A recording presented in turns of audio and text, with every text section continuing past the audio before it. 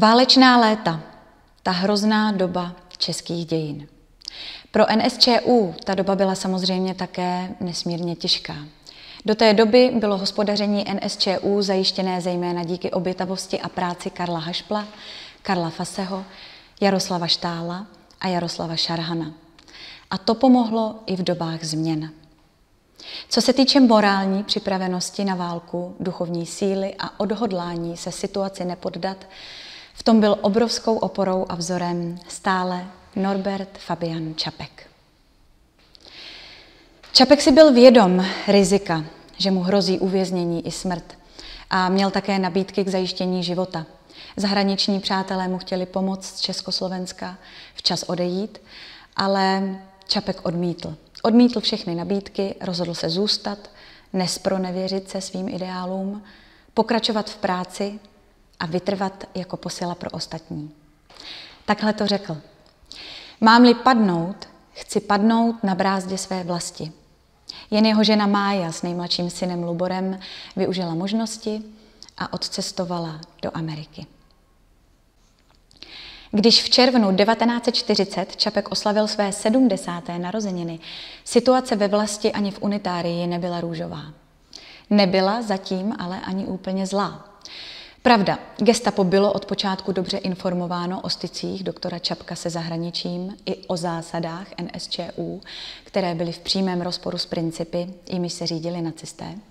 Nicméně unitářské programy se mohly nadále konat. Stále vycházel i časopis Cesty a cíle, který byl pro stovky lidí symbolem svobody a morální i duchovní podporou.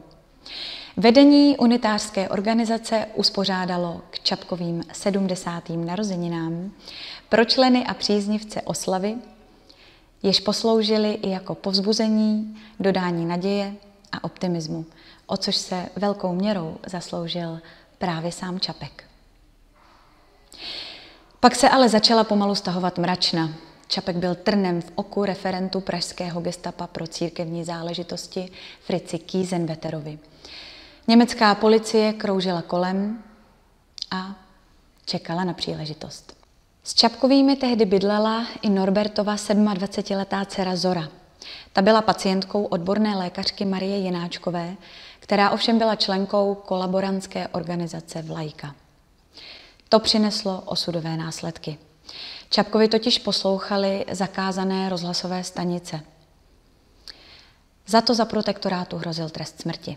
Zora své lékařce svěřila něco z obsahu londýnského zpravodajství, netušíc, že tyto informace přes dalšího prostředníka záhy doputují přímo na gestapo. Pak už věci nabrali rychlý spád. Brzy ráno v pátek 28. března 1941 vtrhlo do bytu Čapkových v Ovenecké ulici 24 6 členů nacistické tajné policie. Zásah trval několik hodin. Němci zabavili přípravy promluv, knihy, rukopisy, rozhlasový přijímač i psací stroj. V závěru prohlídky Zoru i Norberta Čapka zatkli. Mohli si vzít jen nejnutnější věci a byli převezeni do Pečkova paláce. Čapek se ještě týž večer ocitl ve věznici na Pankráci, kde strávil následujících 6 týdnů bez jakéhokoliv kontaktu s rodinou. V květnu následoval transport do vazební věznice v Českých Budějovicích, aniž by věděl, z čeho bude obviněn. První stání soudu se konalo 24. května. Státní zástupce při něm Čapka vylíčil jako vlastizrádce, který veřejně nabádal k boji proti německé okupaci.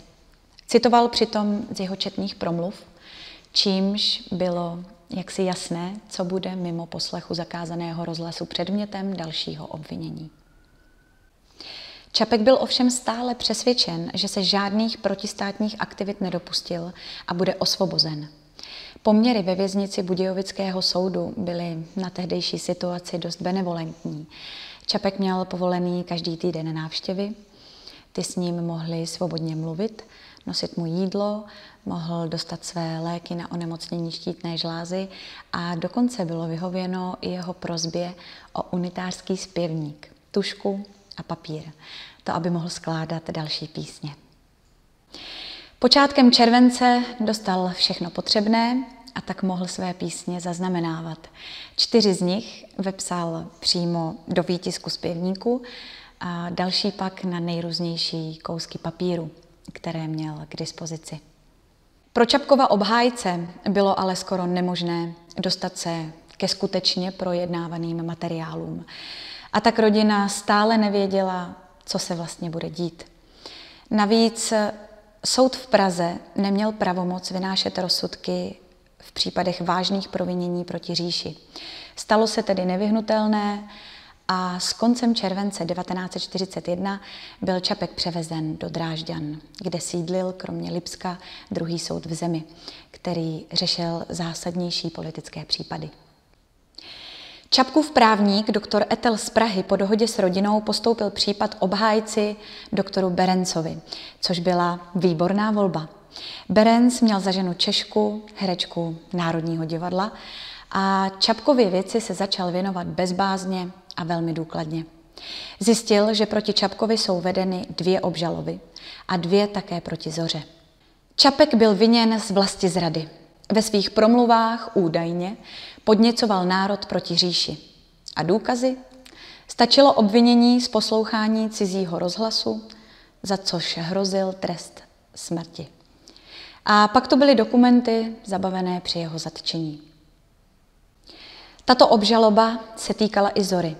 U té navíc přibylo obvinění z šíření takto získaných informací.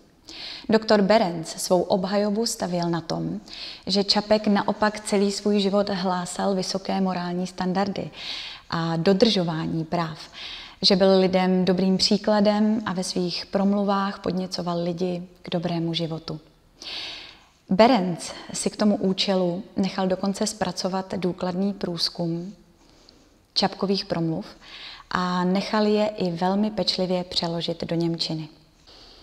Soudní proces to sice zdrželo, překlady byly k dispozici až koncem března, ale Berenc vsadil na správnou kartu. Sám k tomu Čapkovi napsal: Navzdory zpoždění, k němuž došlo, jsem moc rád, že se mi podařilo dosáhnout toho, že mohou být předložena plná znění kázání nyní i v překladu, neboť jinak by nebylo možné získat jasný obrázek o vašich úmyslech. Právě to se v zápětí opravdu ukázalo jako rozhodující faktor pro udělení nízkého trestu. Čapek věznění v Drážďanech snášel statečně. V dopisech, které mohl psát domů jednou za 4 týdny, žádal jen o teplejší oblečení a boty. A taky fotografie Máji a své nejmenší vnučky Lívie. Písně už Čapek psát nesměl, ale stejně k tomu nenacházel potřebný klid mysli. Ale leželo mu to na mysli. V jednom dopise poznamenal: Dnes jsem byl na evangelických bohoslužbách. Líbilo se mi to. Zaspíval jsem si od plic hrad Přepevný je Pán Bůh náš. Příště ji také dáme do našeho zpěvníku. Jsem proto. V dopisech se vždycky podrobně ptal na unitárii a prosil, aby zprávy o něm předávali jeho ženě.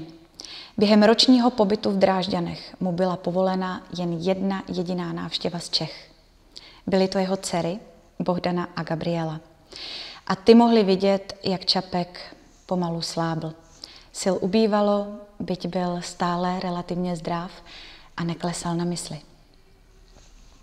Soud v Drážďanech začal 1. dubna 1942 a byli k němu předvoláni i 3 svědci.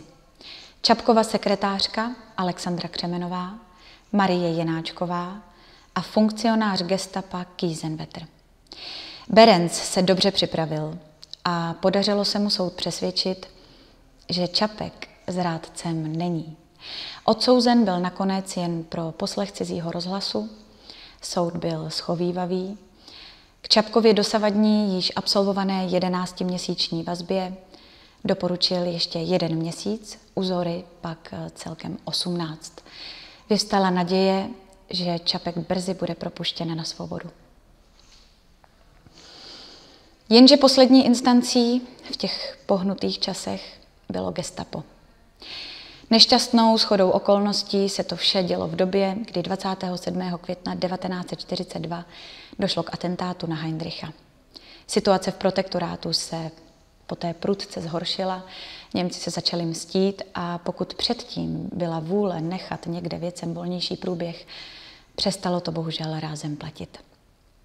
Když zprávu drážďanského soudu obdrželo vedení gestapa v Praze, Kiesewetter propuštění obratem zamítl a vydal rozkaz poslat Čapka do koncentračního tábora v Dachau s označením návrat nežádoucí. Čapek byl do Dachau přivezen v červnu 1942, byla mu oholena hlava a z člověka se stal pouze vězněm číslo 30 323, ubytovaným na baráku 27. Posledních necelých 5 měsíců života strávil nasazen na tvrdou práci v nelidských podmínkách. Den začínal v létě ve 4 hodiny nástupem před ubytovací baráky a kontrolou vězňů. Od 6 hodin se pracovalo, mezi 12. a 1 měli vězni hodinu pauzy na oběd a pak zas práce. Ta horší část dne končila nástupem v 7 hodin. V zimě se pracovalo od rozbřesku do západu slunce. Čapkův čas strávený v Dachau se nedá dost dobře zrekonstruovat.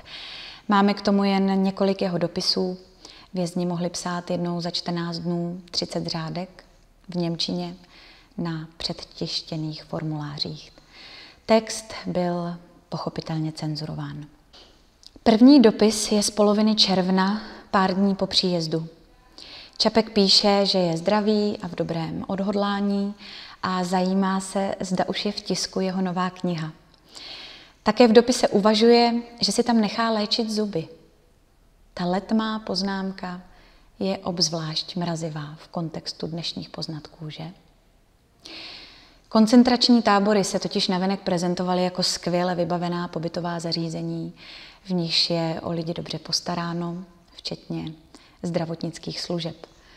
Totéž pochopitelně slýchali i noví vězni, než vyšla najevo krutá pravda. V dalším dopise je pasáž, kterou lze možná brát i jako duchovní odkaz. Na otázku, jak používám svoje umění žít, odpovídám, že 100%. Mému předchozímu zdraví a dobrému myšlení jsem především vděčný. Dodržujte principy, které jsem vás učil. To je také důvod, proč jsem si tak jistý, že všechno zvládnu dobře a vrátím se hluboce vnitřně posílen. Snažte se pouze započatou náboženskou práci dále stavět s největším důrazem na představování života, jaký je, a na pevný charakter, se kterým se všechny bouře a nebezpečí přečkají. Právě toto mnohým chybí, kteří náboženství špatně porozumí, jen ve formě frází a prozeb. V zářijovém dopise se dočteme, že v něm nadcházející zima budí obavy. S boží pomocí ji přežiju, píše. V dopise z 11. října se poprvé zmiňuje o smrti, jako by ten dopis byl určitou formou závěti. Žádá své blízké, aby jeho literární autorská práva přešla na Máju nebo Lubora, práva k písním pak na Karla Hašpla. A dodává, ale nemyslete si, že přemýšlím o předčasné smrti. Ještě s vámi zůstanu dlouhý čas. Možná už věděl, že je na seznamu nemocných vězňů, kteří měli příští ráno opustit tábor. Podle záznamů z archivu v Dachau byl údajně poslán 12. října s transportem nemocných do Hartheimu u Lince. Zdejší zámek se několik let používal jako likvidační stanice pro Mauthausen, ale z menší části i pro Dachau. Vězni tam byli vražděni jedovatým plynem. Každopádně vůle žít plně a důstojně, mu do posledních dnů nechyběla. A to je úžasné, když uvážíme, že se jednalo o více jak 70letého muže, že? V listopadu rodina dostala oficiální dopis, že Norbert Fabian Čapek zemřel 30.10. v Dachau na krvácení do mozku a byl spálen v místním krematoriu.